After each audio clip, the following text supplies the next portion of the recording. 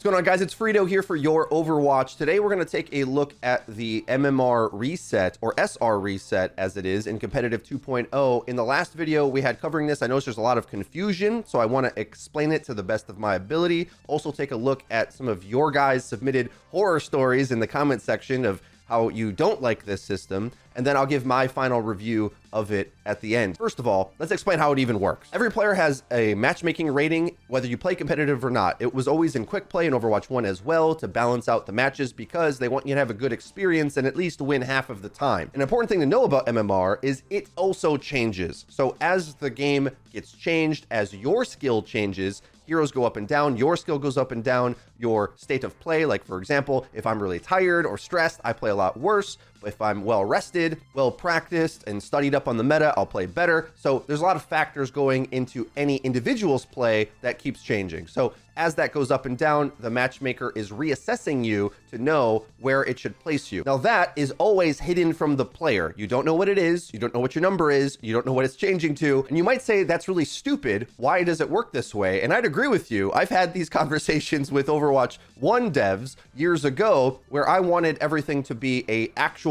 elo system. And although they haven't explained it in these words, the reason why I think no game does this anymore is because real elo systems are very punishing, and you really understand your pecking order, and there doesn't feel like a sense of progression as you go through because you actually have to get good. Otherwise, you just get beaten down into a pulp with your number forcibly going down. That's how StarCraft 2 felt, the game behind me. Even in Valorant, a very sweaty game by design, it as well has this two-tiered system, and having spoke to the developer of that game, Morello, I really liked his explanation of how devs look at this, and the reason is players expect to both get a sense of progression, or let's say like RPG aspects, unlocking something, leveling up your character, or whatever, so going from A to B during the story of that season.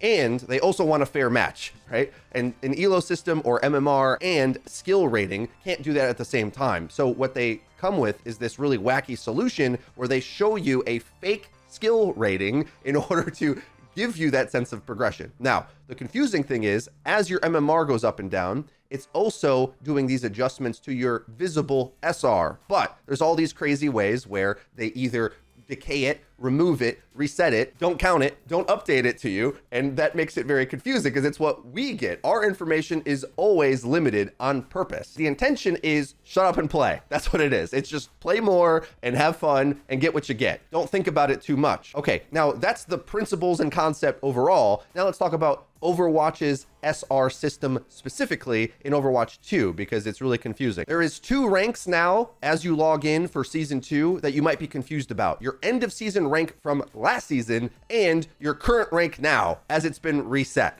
2 entirely separate issues and different reasons for each one. What you gotta understand is the system is working behind the scenes always, but it doesn't tell you what it's doing until you win 7 games or lose 20 matches. All the while, your number of SR rating, the visible vanity number they show you, is changing behind the scenes. And by the way, it's just the same system from Overwatch 1. It just has a new rank indicator of what it is. It's just a new coat of paint, literally. We do know they have tweaked the matchmaker quite a bit, but we don't know how, and I hope they get detailed with a blog post soon on what they're doing because I can't really say. And because there is a hard off with the season, what it does is it'll just automatically update the visual of whatever you were in that progress without you knowing, right? So you actually don't know where you're gonna end. That's kind of the bad thing that they have to fix for sure, because I had no idea I was on a D rank train playing tank, and if I did, I would have grinded more. This would be like if your midterm exam wasn't graded until the end of the semester. This means you have no idea how to prioritize which class you study for at the midpoint of the semester. This is completely unacceptable, and they gotta fix this. That's step 1 of why this gets confusing. Your end of season rank is probably different than you thought it was. Now, on top of that, every new season of Overwatch,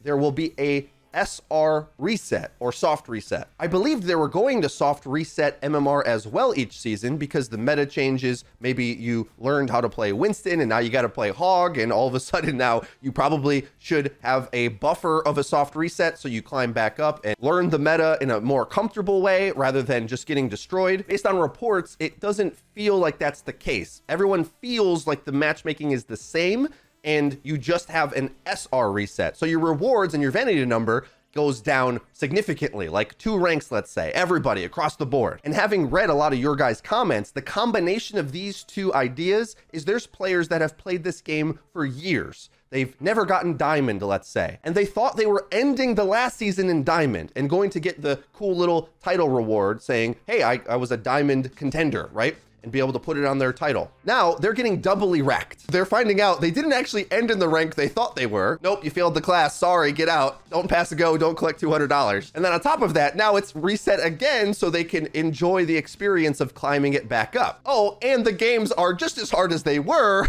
because the MMR doesn't feel like it's reset. So what I think they should do to fix it for these players is make it for just this season, give those titles to your peak, not where you ended, because we're all confused that the ending was going to work this way. No one like intuited it. I guess it makes sense when you think about how the system works, but that's dumb. Also, I think maybe this whole like update system and hiding where you're at needs to go away, at least in the final week of the season when they start ticking down. Okay, you only got so many days. Like, you need the information now to know where you're ending, because I need to plan my life around playing ranked, so I make sure I get the SR number that's going to be visible for everybody to see for the end of time, what I ended on, right? Whatever your personal goals are. For me, I'm always trying to sneak into top 500 combined. It's something that I take a little bit of pride in. There's a lot of GM streamers out there, and while I am GM on support, I ended GM 4, really proud of that. I'm more proud of having a well-rounded hero roster and taking the time to learn the full meta, the full game. That takes a lot of work. It would have helped me a lot to know which role was where it really was when I'm trying to grind for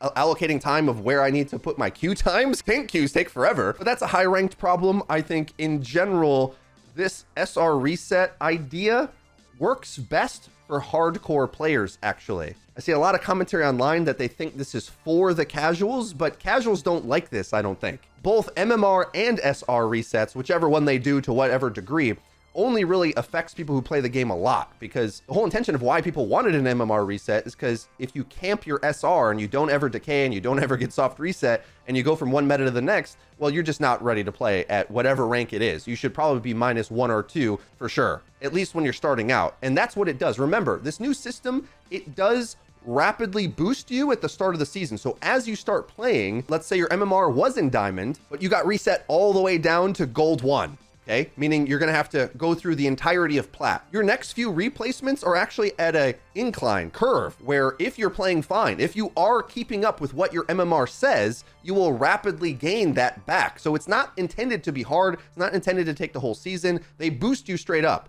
But the reason why they do this is just in case you're in one of those meta swap problems, it's going to maybe stabilize a bit. And then it allows this MMR to come down and go where you are comfortable. So this is where I'll give my opinions on this. I just want everyone to be honest about the things they really want, okay? Because so many creators were beating the drum and called me dumb for saying that a full MMR reset was a bad idea. So if you want fair matchmaking, you can't even be asking for a soft reset, which is what we supposedly have gotten so far. And it already is driving people crazy with the matchmaker. You can't have your cake and eat it too with this idea. Personally, because I play a lot, it really gives me dopamine, okay? To keep getting replacements and seeing that fake vanity number escalate to a crazy degree. Grinding ranked, for whatever reason, the psychology of all of this mostly works for me. Because in Overwatch 1, when I would see, oh, I'm about to drop out of GM, I would just stop playing. I'd be afraid to play. Can I hit Q again? I'm gonna lose my fancy icon. That sucks, right? Whereas in the Overwatch 2, hide it from you until you get the report card system, I've gotten addicted to play more, and I'd say a few times, maybe I was losing more than I would have liked, but overall, it helps me reflect on my losses because emotionally, I'm distant from the result of my bad play. I tilt. It happens to me. I will admit I am a tilt player where under pressure, under stress, I start to play worse and I start to think worse and I feel bad about it. I wouldn't go so far to say I have ranked anxiety necessarily. I just have performance problems.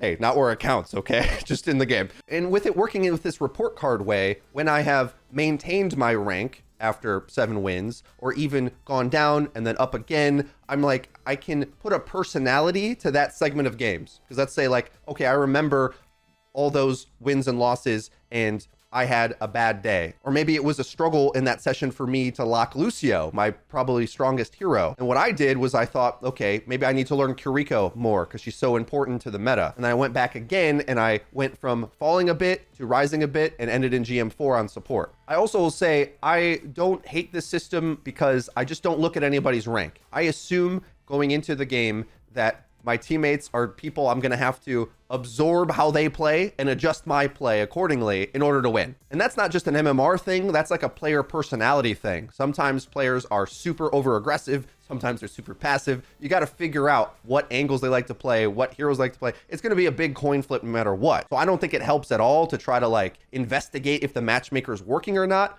All you ever can do in any ranked game is just focus on your own ability to adapt and win the game. Because I'll remind you, it's not like the matchmaker or SR system is widely different from Overwatch 1. It just shows you things differently. And I wonder if we would improve our appreciation for this if we better understood what the heck's going on with all of this. Because by the way, Valorant does SR resets very similar to this for very similar reasons. And the general trade-off for it is the more we get to a elo system, the more punishing it'll feel, the lack of progression it'll feel. And yeah, maybe it'll be more accurate, but do you really want to be told how hard stuck you are? I feel like there's a mechanical peak on my skill ceiling with tank and damage right now. Maybe I can overcome it. I'm not very good at hit scan, so good luck as a damage player. And tank is just such a hard role now. There's so much going on, so many buttons, so many plays to make. The benefit of the SR reset is that it will show that you put in the time again in these next 2 months in order to earn your rank. I think a lot of players are taken off guard that it showed one immediately without kind of fully explaining the reset idea. In Overwatch 1, we were used to having it have no rank, and then you did placements, then it placed you, but none of them mattered. It was just where you were last time anyway. So they're just like, all right, let's skip that idea. Let's just jump straight to the soft reset. And that feels kind of jarring, I think, at that first impression. But what you're supposed to enjoy is the next couple months of playing where you actually will get another rank up experience where your visible SR starts lower than your actual rank. And then as you perform like you're supposed to, it should go up again. And also, sometimes you will get replaced by enough playtime. Maybe you're not going to reach the same rank this season because of the meta changed or whatever. So while I think they got to tweak it and make it more clear and all that, I don't mind the SR system. I care about the matchmaking, okay? I care about the game experience as I'm playing. That's the thing I have more questions about, but I'm sure with all of this burst of reaction, we will get a blog post about this eventually. They kind of